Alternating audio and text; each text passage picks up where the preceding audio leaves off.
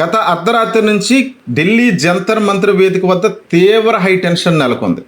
దీనికి కారణం ఏంటంటే జంతర్ మంతర్ వేదిక వద్ద ఆ చుట్టుపక్కల ఉన్నటువంటి పరిసర ప్రాంతాల్లో పోలీసులు ఇంటర్నెట్ సేవలు పూర్తిగా బంద్ చేశారు. అంటే అక్కడ జరుగుతున్నటువంటి ఈ ఉద్యమ కార్యాచరణ అంతా కూడా సోషల్ మీడియా ద్వారా దేశంలో ఉన్నటువంటి ఇతర ప్రాంతాలంతకీ కూడా అక్కడ జరుగుతున్న ప్రతి వీడియో కూడా చేరటం, దేశవ్యాప్తంగా ఈ ఉద్యమానికి సంబంధించి మద్దతు పెరగడంతో అక్కడ జరిగేటువంటిది ఏది కూడా బయట ప్రపంచానికి తెలియకూడదు అన్నట్టుగా పోలీసులు ఇంటర్నెట్ సేవలు బంద్ చేశారన్నట్టుగా తెలుస్తుంది.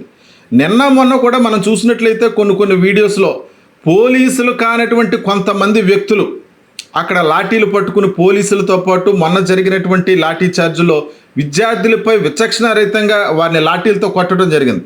అక్కడ ఉన్నటువంటి చాలామంది విద్యార్థులు కూడా వాళ్ళందరినీ ప్రశ్నించారు, మీరు ఎవరు, మీరు పోలీసు యూనిఫామ్లో లేరు, మీరు పోలీసులు కాదు కదా, మీరు పోలీసు లాఠీలు పట్టుకుని ఎందుకు ఉన్నారు అంటూ వాళ్ళందరినీ ప్రశ్నించడం, ఈ క్రమంలో తిరిగి వాళ్ళు అక్కడ ఉన్నటువంటి విద్యార్థులపై దాడి చేయటం, ఈ పరిణామాలన్నీ కూడా సోషల్ మీడియా ద్వారా దేశంలో ఉన్నటువంటి ప్రజలందరికీ చేరటంతో అక్కడ జరిగేటువంటి ఉద్యమం కూడా ఎవరికి కనబడకూడదు, సోషల్ మీడియా ద్వారా తెలియకూడదు అన్నటువంటి ఉద్దేశంతో అక్కడ ఇంటర్నెట్ సేవలు బంద్ చేశారు పోలీసులు అన్నట్టుగా అక్కడ ఉన్నటువంటి CJP పార్టీ మద్దతుదారులు విద్యార్థులు అంతా కూడా ఒక్కసారిగా పోలీసులపై ఆగ్రహావేశాలు వ్యక్తం చేస్తూ వారిపై రివర్స్ అయ్యారు.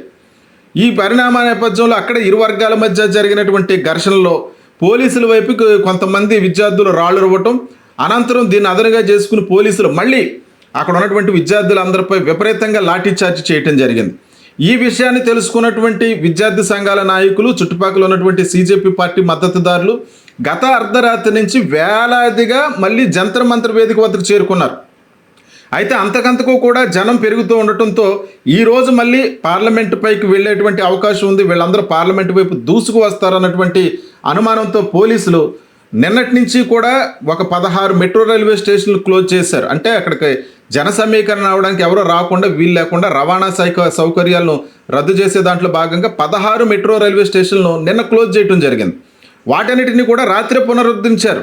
ఈ క్రమంలో నేను ఉద్యోగాలకు వెళ్ళే వాళ్ళు కావచ్చు, లేకపోతే ఇతరత్ర పనులు వెళ్ళే వాళ్ళు కావచ్చు, రవాణా సౌకర్యం లేక ఢిల్లీ వ్యాప్తంగా చాలా ఇబ్బంది పడినటువంటి పరిస్థితి.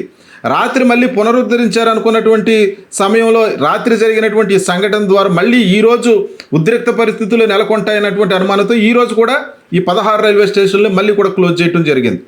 అయితే ఇక్కడ జరుగుతున్నది ఏంటంటే ఈరోజు ప్రధానంగా పార్లమెంటు వైపుకి మళ్ళీ వెళ్ళడానికి కాంగ్రెస్ జనతా పార్టీ ఆధ్వర్యంలో విద్యార్థులంతా కూడా సిద్ధమవుతున్నారు అన్నటువంటి ఈ కోణంలో ప్రస్తుతానికి పోలీసులకు సంబంధించి CRP బలగాలు అలాగే RPF బలగాలు అదనపు పోలీసులు భారీగా మోహరించి పార్లమెంటుకు వెళ్ళేటువంటి ప్రతి మార్గాన్ని కూడా అన్ని రోడ్లను కూడా అష్టదిగ్బంధం చేశారు. అయితే మరొక పక్క నటుడు సల్మాన్ ఖాన్, బాలీవుడ్ నటుడు సల్మాన్ ఖాన్ CJP పార్టీ చేస్తున్నటువంటి పోరాటానికి మద్దతుగా నిలిచారు. ఈ సందర్భంగా ఆయన Xలో ఒక పోస్ట్ చేశారు. ఎవ్వరూ కూడా విద్యార్థులు విద్యా వ్యవస్థ మధ్య జరుగుతున్నటువంటి ఈ పోరాటంలో రాజకీయాలు చేయొద్దు అంటూ అన్ని రాజకీయ పార్టీలకు సంబంధించి చొరకలు అంటించారు. ఇది కేవలం విద్యార్థులకు అలాగే విద్యా వ్యవస్థకి మధ్య జరుగుతున్నటువంటి పోరాటంగా ఆయన అభివర్ణించారు. మరొక పక్క మొన్నటి నుంచి కూడా సోనూ సూద్ లాంటి నటులు చాలామంది, రితేష్ దేశ్ముఖ్ లాంటి వాళ్ళంతా కూడా CJP పార్టీ చేస్తున్నటువంటి ఈ పోరాటానికి మద్దతుగా నిలుస్తున్నారు. అంతకంతకు కూడా కాంగ్రెస్ జనతా పార్టీకి మద్దతు పెరుగుతుండటంతో నిన్న JP నడ్డా ఒక ప్రెస్ మీట్ నిర్వహించారు. అంటే మొన్న నైట్ 2 గంటలకు సోనం వాంగ్చుక్తో చర్చలు జరిపినటువంటి JP నడ్డా అలాగే జితేందర్ సింగ్ వీళ్ళిద్దరూ కూడా సోనం వాంగ్చుక్తో చర్చలు జరిపారు. అనంతరం నిన్న ఒక ప్రెస్ మీట్ నిర్వహించారు. ప్రెస్ మీట్ నిర్వహించి ప్రధానంగా JP నడ్డా చేసినటువంటి వ్యాఖ్యలు చూసినట్టయితే దేశంలో నీట్ ప్రశ్న పత్రాల లీకేజ్నే మీరు ఎందుకు ప్రశ్నిస్తున్నారు? కాంగ్రెస్ పార్టీ పాలిత రాష్ట్రాల్లో అంటే కాంగ్రెస్ పరిపాలిస్తున్నటువంటి ప్రాంతాల్లో ఆ రాష్ట్రాల్లో ఇంకా ఇతరత్ర ప్రశ్న పత్రాలు కూడా లీకేజీలు జరిగాయి కదా, వాటిని ఎందుకు ప్రశ్నించట్లేదంటూ ఎదురు ప్రశ్నించారు. వాస్తవానికి నీట్ ఎగ్జామ్ ఈ దేశంలోనే అతిపెద్ద ప్రతిష్టాత్మకంగా నిర్వహించేటువంటి ఒక బిగ్ ఎగ్జామ్గా చెప్పుకోవచ్చు. దీనికి సంబంధించి అనేక సార్లు గత 10 ఏళ్లలో నీట్ ఎగ్జామ్ ఈ BJP పార్టీ వచ్చిన తర్వాతే మోడీ ప్రభుత్వంలోనే నీట్ ఎగ్జామ్ నిర్వహించడం జరుగుతుంది. గత 10 ఏళ్లలో అనేక సార్లు నీట్ ఎగ్జామ్కి సంబంధించినటువంటి పేపర్ లీకేజ్ అయినా ఈ 2026కు సంబంధించి పేపర్ లీకేజ్లో సుమారు 30 మంది విద్యార్థులు ఆత్మహత్యలు చేసుకున్నారు. ఇవన్నీ కూడా ప్రభుత్వ హత్యలుగా పరిగణించాల్సిన అవసరం ఉందా లేదా అన్నది ప్రజలు ప్రభుత్వాలే ఆలోచించాలి. అయితే నీట్ ఎగ్జామ్స్నే ఎందుకు మీరు ప్రశ్నిస్తున్నారు అన్నట్టుగా ఆయన ప్రశ్నించే విధానం చూసినట్లయితే, అంటే నీట్ ఎగ్జామ్స్ పేపర్ లీక్ అనేది ఒక సమస్య కాదన్నట్టు, అదొక అంశమే కాదన్నట్టుగా చాలా లైట్ తీసుకుని ఈ కాక్రోచ్ జనతా పార్టీ చేస్తున్నటువంటి ఉద్యమాన్నంతా కూడా లైట్ తీసుకున్నారు అన్నట్టుగా తెలుస్తుంది. అంటే మరొక వైపు సోనం వాంగ్చుక్తో కూడా చర్చలు జరిపారు. సీజేపీ పార్టీకి సంబంధించినటువంటి వాళ్ళతో కూడా చర్చలు జరిపినప్పుడు ప్రధానంగా వాళ్ళ డిమాండ్లు తెలియజేశారు. జేపీ నడ్డాకి సంబంధించి సోనం వాంగ్చుక్ను బేషరతుగా విడుదల చేయాలంటూ మొన్న సీజేపీ పార్టీకి సంబంధించినటువంటి నేతలు ఆయనతో చర్చలు జరిపారు. ధర్మేంద్ర ప్రధాన్ రాజీనామా చేయాలన్నదే ప్రధాన ఎజెండాగా ఈ ఉద్యమం కొనసాగుతూ ఉంది. అలాగే ఎవరైతే ఈ నీట్ ప్రశ్నపత్రాలు లీకేజ్ వాళ్ళు ఆత్మహత్యలు చేసుకున్నారో వాళ్ళందరికీ కూడా భారీ స్థాయిలో నష్టపరిహారం అందించాలంటే ఒక్కొక్క కుటుంబానికి ₹1,00,00,000 వరకు నష్టపరిహారం అందించాలి అంటూ డిమాండ్ చేసినటువంటి నేపథ్యంలో మళ్ళీ ఇదే డిమాండ్స్ని రిపీట్ చేస్తూ సోనం వాంగ్చుక్ నిన్న ప్రభుత్వానికి ఒక లేఖ విడుదల చేశారు. విద్యార్థులపై జరిగినటువంటి లాఠీ చార్జీకి సంబంధించి దాన్ని ఖండిస్తూ ఆ సమయంలో కొంతమంది విద్యార్థులపై పోలీసులు కేసులు పెట్టడం జరిగింది. వాళ్ళందరిపై బేషరతుగా కేసులు ఎత్తివేసి ధర్మేంద్ర ప్రధాన్ విద్యాశాఖ మంత్రిగా రాజీనామా చేసి నష్టపోయినటువంటి అంటే ఆత్మహత్యలు చేసుకున్నటువంటి విద్యార్థులకు భారీగా నష్టపరిహారం చెల్లిస్తామని ప్రభుత్వం స్పష్టమైన హామీ ఇచ్చినట్లయితే తాను దీక్ష విరమిస్తానంటూ నిన్న సోనం వాంగ్చుక్ ఒక లేఖ విడుదల చేశారు. వాస్తవానికి జూన్ 28వ తారీఖున ప్రారంభించారు సోనం వాంగ్చుక్ నిరవధిక నిరాహార దీక్ష. ఇప్పుడు మళ్ళీ 28 వస్తుందంటే ఇంచుమించుగా నెల రోజులు అయిపోతుంది. అయినా సరే ఆయన దీక్షను ఏమాత్రం పట్టించుకున్నటువంటి కేంద్ర ప్రభుత్వం మొన్న ఢిల్లీ హైకోర్టు జోక్యం చేసుకోవడంతో ఆయన హాస్పిటల్కి తరలించడం జరిగింది. అయినప్పటికీ హాస్పిటల్ నుంచే సోనం వాంగ్చుక్ అక్కడి నుంచే తన దీక్షను కొనసాగిస్తూనే ఉన్నారు. ఆయన అరెస్ట్ చేసిన తర్వాత అభిజిత్ దీప్కే దీక్ష కూర్చున్నారు. ఆయన కూడా దీక్ష కొనసాగిస్తున్నారు.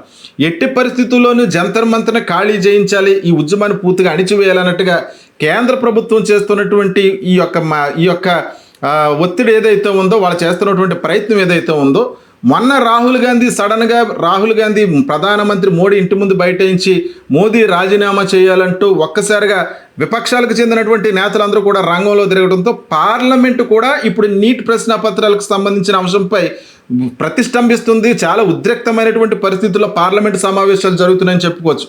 నిన్న మల్లికార్జున ఖార్గే చేసినటువంటి ఫైట్ ఏదైతే ఉందో రాజ్యసభలో, వాళ్ళు ఈ ప్రశ్నపత్రాలకు సంబంధించినటువంటి ప్రశ్నలు సంధించడంతో రాజ్యసభ వాయిదా పట్టడం జరిగింది. ఈ రోజు కూడా పార్లమెంట్లో ఇదే అంశంపై చర్చ జరుగుతోంది.